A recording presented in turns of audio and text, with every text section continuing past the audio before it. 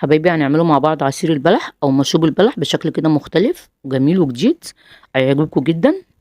حطيت 7 بلحات وحطيت كوبايه لبن وحطيت معلقه عسل، وهي دي المكونات اللي معانا الاساسيه.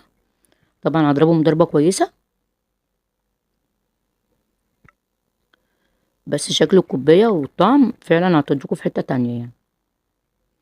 هنا حطيت الكوبايه حطيت فيها بلو بيري او عصير التوت، وحطيت تلج، وطبعا فضيت بقى البلح باللبن. صوص التوت فعلا غير الطعم خالص، خلاه حاجه مختلفه جميله. وحطيت فوقيها كريم شانتيه.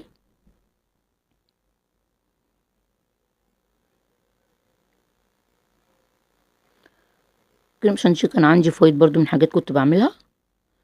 اللي مش عايز يحطها دي حاجات مش اساسيه ما نحطهاش، شكل بس مش اكتر. بس صراحه عطتنا برضو طعم.